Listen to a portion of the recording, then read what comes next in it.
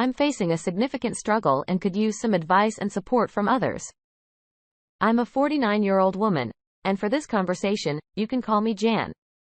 While my husband, who is 50, will be Jerry. These names aren't our real ones, and I plan to delete this account after posting to protect our privacy. Jerry and I have enjoyed a happy marriage for 27 years and have 2 wonderful children, a 26-year-old son and a 24-year-old daughter. He was my first love and remains the only man I've ever truly loved. We've been a couple for over 30 years, having started dating when I was 18. I fell head over heels in love with Jerry, and he proposed to me just 7 months into our relationship. I eagerly accepted and was ready to marry him right then and there. At that time, he was in his 2nd year of college, and I was working at a local hardware store franchise in our hometown. Our plan was to remain engaged until he graduated and secured a job before tying the knot. I was perfectly fine with this, even though it meant waiting nearly 3 years to get married, because my love for Jerry was so deep, and I was excited about spending the rest of my life with him. The college he attended was located in the capital city of our state, a little over 2 hours from our hometown. Normally, he would come home nearly every weekend to be with me. However, there were occasional weekends when he stayed at school to study or due to bad weather. On those weekends, we'd spend hours on the phone talking multiple times a day. Keep in mind, this happened about 30 years ago, so there were no smartphones, texting, or internet.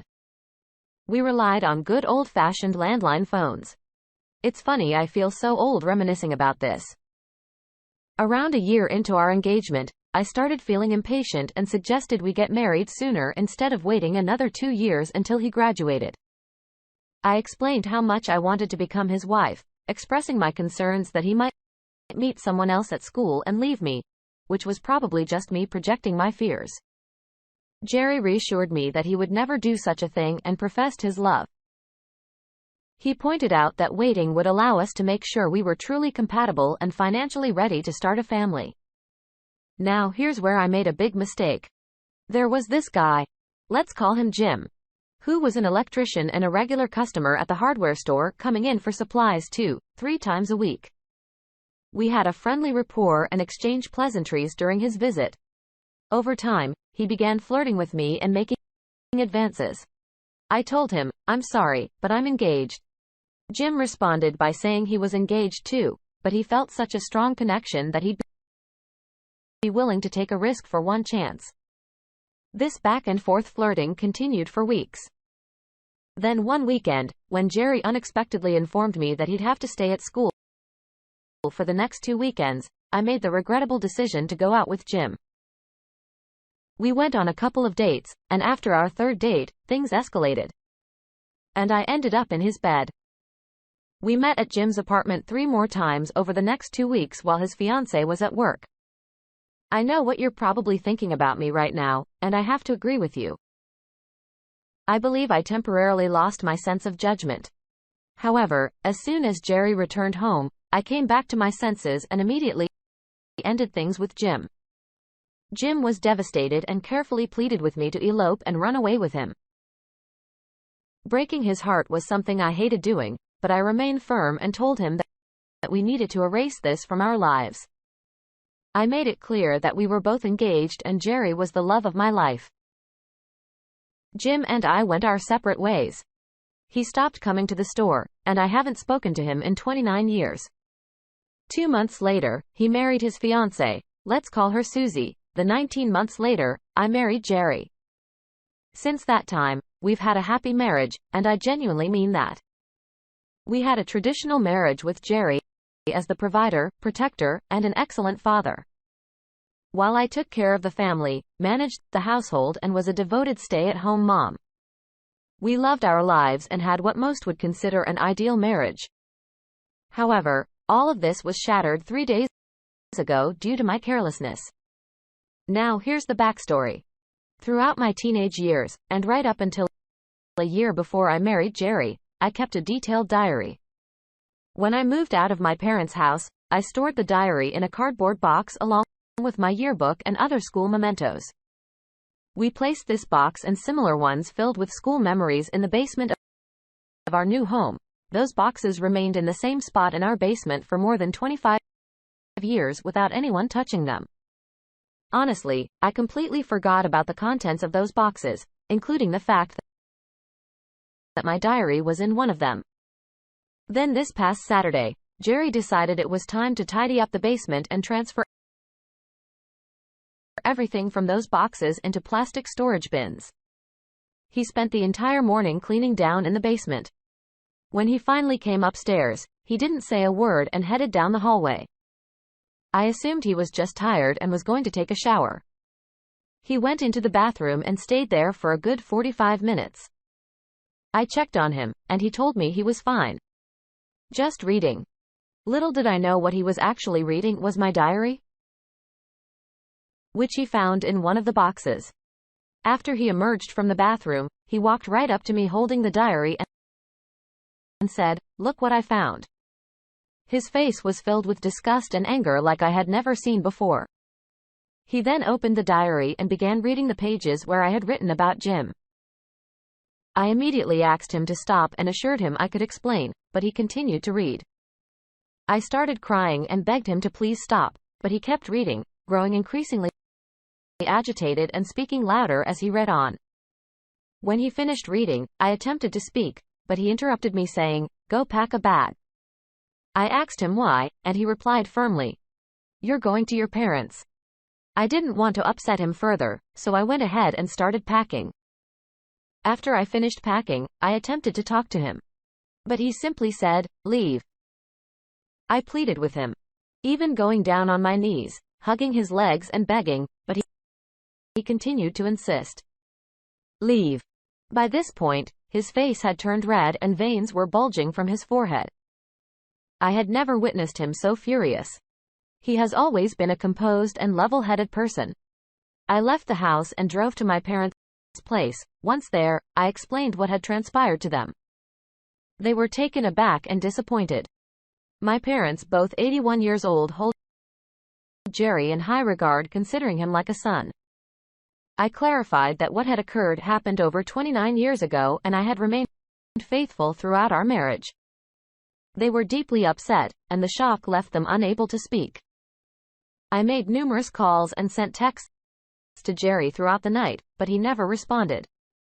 The following morning, I received a call from my daughter who began yelling at me, questioning how I could do such a thing to her dad.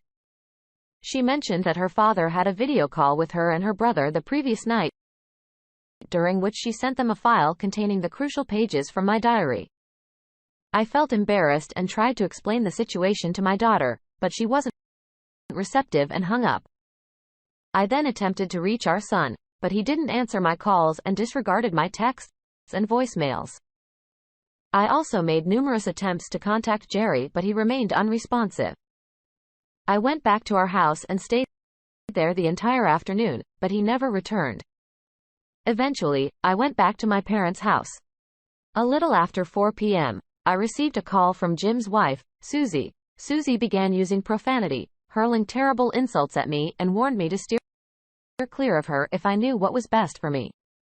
I attempted to engage in a conversation with her, but she too abruptly ended the call.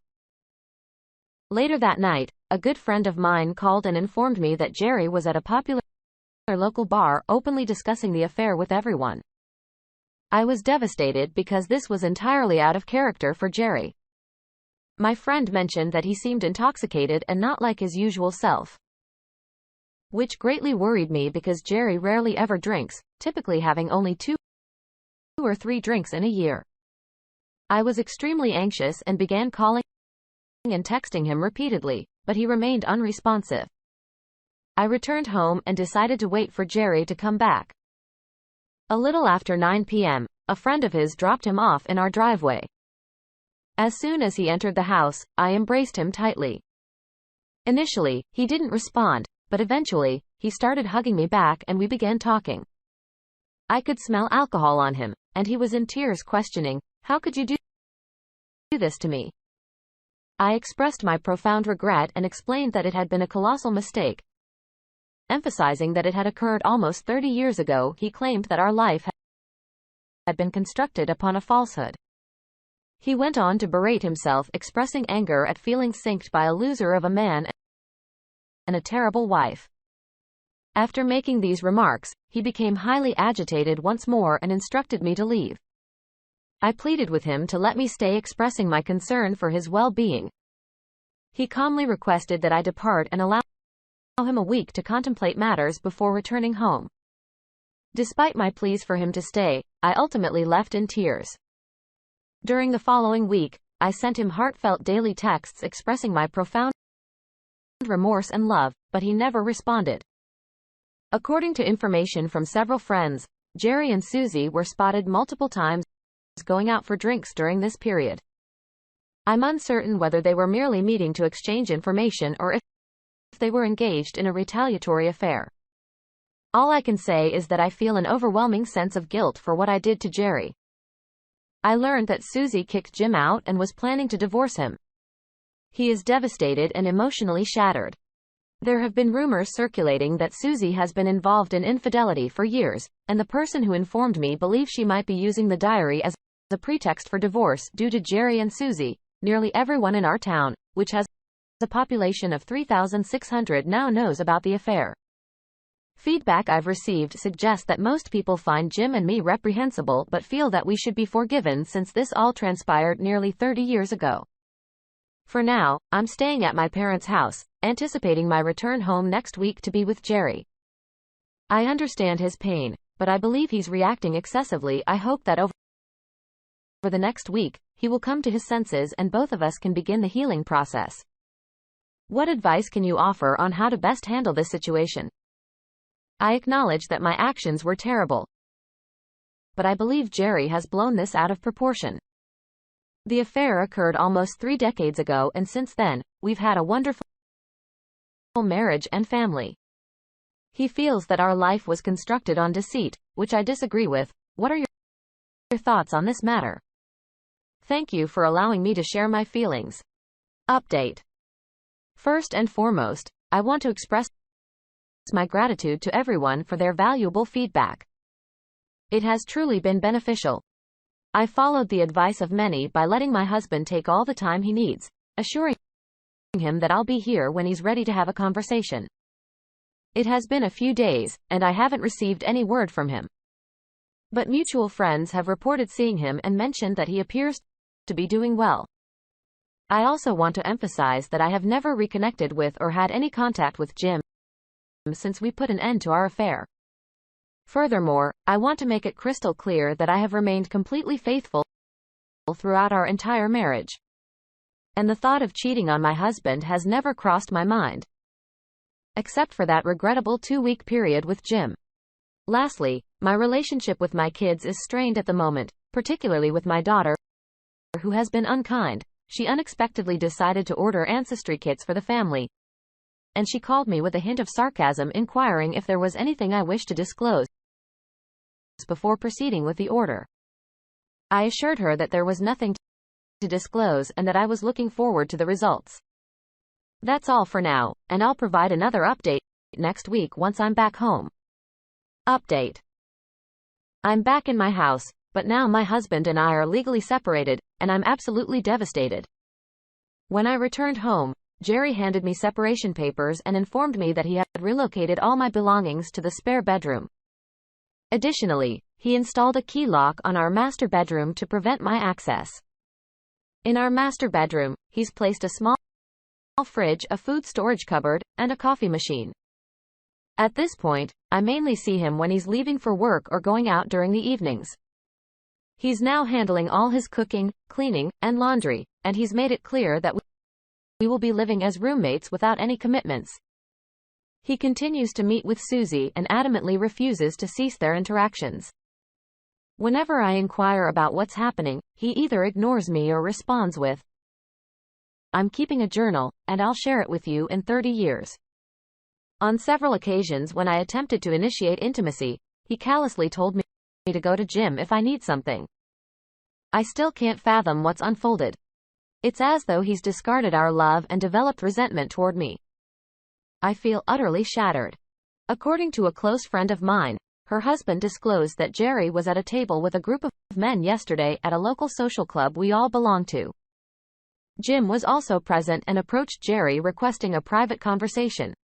Jerry initially ignored him, but Jim persisted even to the point of tears, pleading with Jerry in desperation. Based on the reports, Jerry responded to Jim by telling him to go away and warned him that staying out of sight would be in his best interest, or else he'd face consequences. Learning about this frightened me because Jerry has never displayed any meanness or violence before. I'm worried that something might have shifted in him mentally, as he's no longer the kind and loving man I've known for 3 decades. At this point, I'm complying with Jerry's wishes and assured him that I'll be here when he's ready to have a conversation. I'm considering finding a part-time job to keep myself occupied, since there isn't much for me to do all day now that Jerry has taken over most of the household tasks. That's all I have to share for now. I'll provide another update if anything noteworthy occurs. Thank you for your well wishes and blessings. Final update. I wanted to return and provide an update on my current situation. I believe it's the right thing to do given all the valuable feedback I've received over the past year. My circumstances have taken a turn for the worse. Jerry and I are now officially divorced, and I find myself completely alone. As I mentioned in my previous update, we were living separately under the same roof, and I was doing everything in my power to reconcile. We carried on this way for 2 months, and during that time, I began to believe that things were improving. Then one day, Jerry approached me with a request to talk. At this point, the anger had subsided, and he appeared solemn and sad. What he conveyed to me next shattered my spirit. He disclosed that he no longer had romantic feelings for me and desired a divorce. He also expressed his regret for the challenging behavior he exhibited in the past few months. I pleaded and implored him for several days, but his decision remained unwavering. He elaborated that he couldn't erase the memories of my infidelity and deception, particularly concerning me and Jim. Following this, he informed me that he had requested a transfer to the Tampa office and would be relocating closer to his parents. Sarasota, our daughter, Orlando, and son, Atlanta. This news left me utterly devastated. To cope with this situation, I've been attending therapy sessions 3 times a week, and it has been beneficial. My therapist explained that the discovery of the affair has fundamentally altered my husband, and he is no longer the same person. He now sees me through a different lens. She advised me to grieve this loss as if Jerry had passed away, because the man I loved has forever changed and cannot be brought back. While my children were initially angry with me, they are now deeply saddened by our divorce. They had hoped that their father would eventually calm down and reconcile with me. Both of them have come home to visit and made efforts to facilitate reconciliation. But Jerry had already made up his mind. My parents are feeling nothing but sadness and despair due to this situation. As mentioned earlier, Jerry was like a son to them, and he provided a lot of support. I've been trying to persuade them to move to Florida, but they are resistant to the idea. They insist on staying in our hometown even though most of their friends have passed away. I'll continue to work on them because living closer to my kids and Jerry would make me feel much better. On a positive note, I'm planning to visit my son in Atlanta and my daughter in Orlando during the holidays, which will keep me away for 2 months. While I'm there, I had also planned to visit my former in-laws in Sarasota.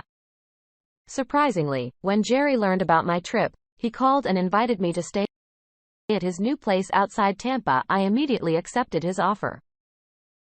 I hope that this might be an opportunity for us to reconcile.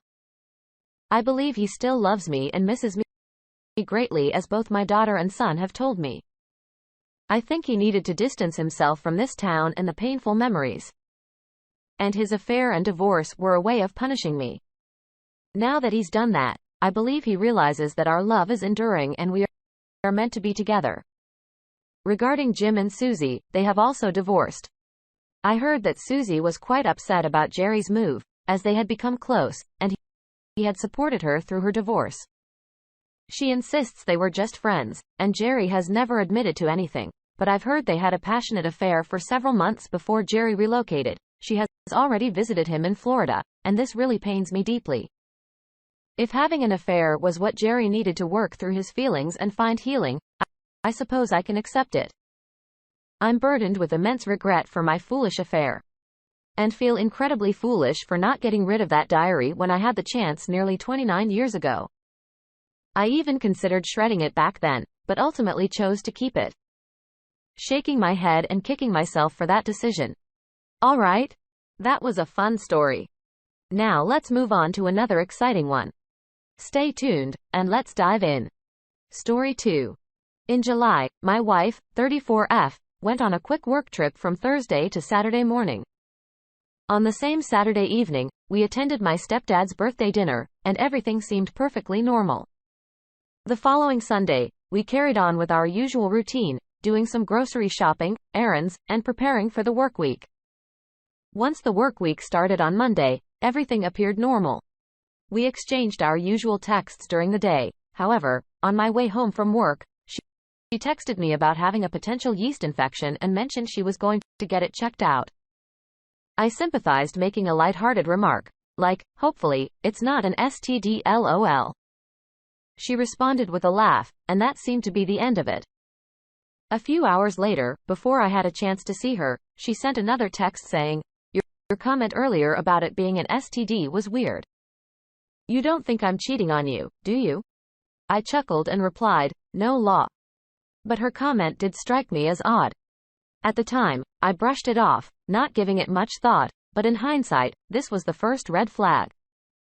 2 days passed, and she informed me that her condition had worsened, and she needed to go back to the doctor. I felt sympathy for her, knowing she had experienced mild discomfort like this before, but never to this extent.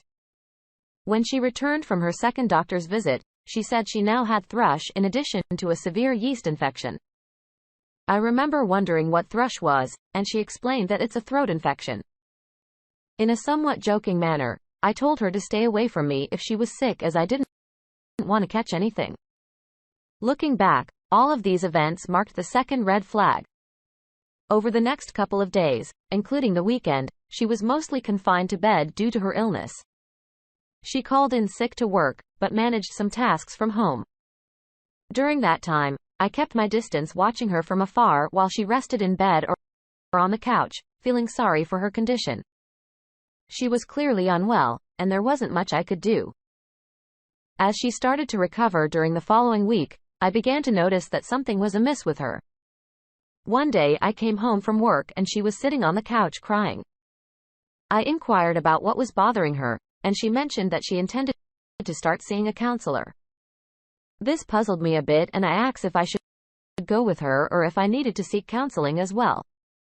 She declined, explaining that she hadn't been feeling herself needed to talk to someone. I agreed, and this marked the third red flag.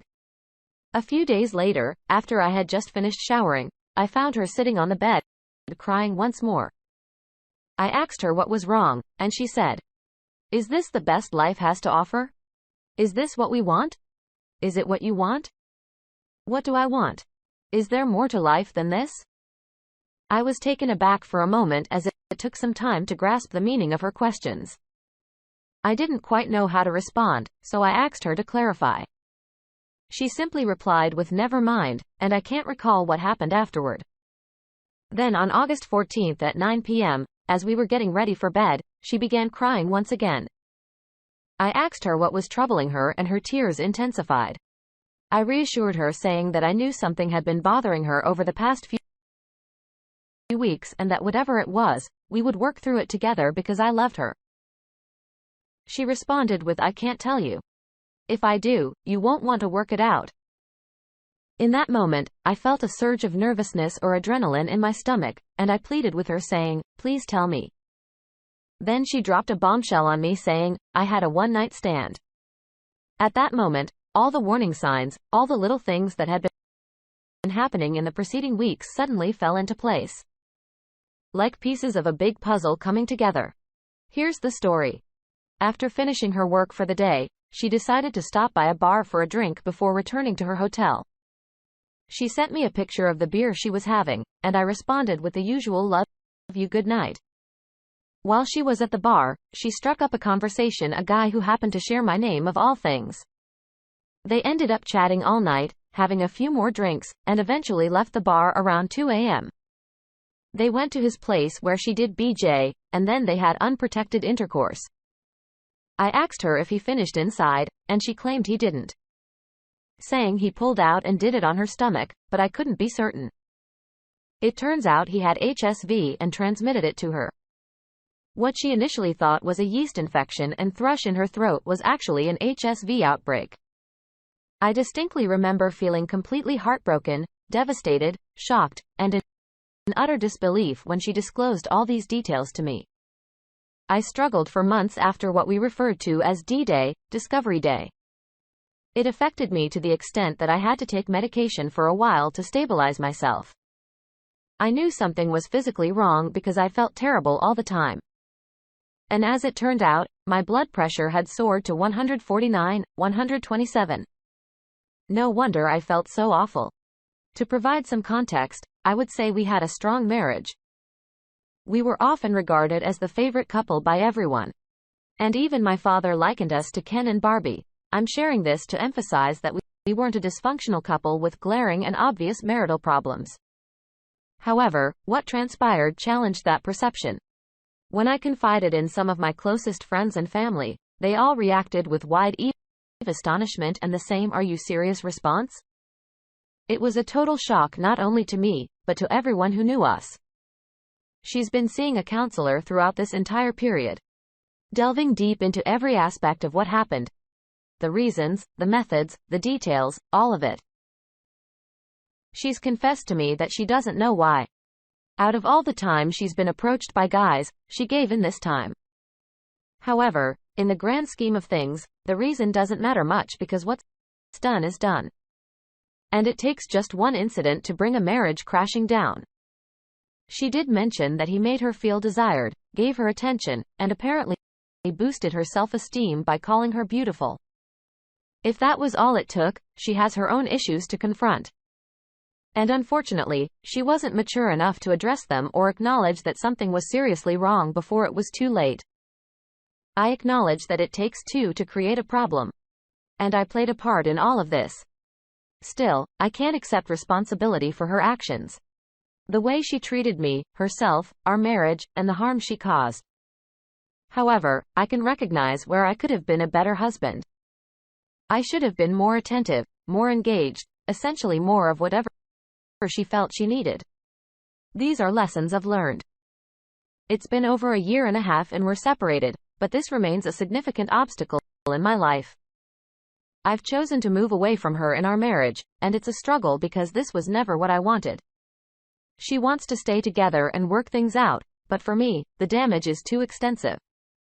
Over the past year and a half, I believe she has made genuine efforts to make amends. But with the STD involved, I simply can't. Knowing all the details of what transpired, I just can't bring myself to do it. And when I say I can't, I'm essentially saying I choose not to. The level of disrespect is too profound. The humiliation too great, and the act itself was entirely uncalled for and selfish. It's disheartening because she realizes she ruined what was once a perfectly normal marriage and wishes she could turn back time and have a do-over. However, she made a series of choices that night, each one leading her down that regrettable path. I doubt I'll ever comprehend how she could leave the bar with him, get into his car, drive with him, arrive at his house, go inside, and enter his bedroom. At every step, there were numerous warning signs, red flags, and alarm bells ringing, making it all seem almost unbelievable, but she willingly made every single one of those choices. I've made an effort to remain conscious of my pride and keep it under control, constantly questioning why I can't move forward with her. For me, it boils down to my values and principles. What transpired goes against everything I believe in and stand for, creating a lot of internal conflict. Then there's the whole STD aspect that will never fade away. It will always serve as a stark reminder of her actions. I choose not to put myself at risk of contracting it. Mentally and emotionally, it's just too overwhelming. Furthermore, I no longer see her in the same positive light or hold the same opinion of her. I've lost the respect and admiration I once had. There are many complex layers to this situation, And it's astonishing how something like this can completely alter your life, both physically and emotionally. We've been together since 2007, got married in 2014, have no children and aren't financially dependent on each other.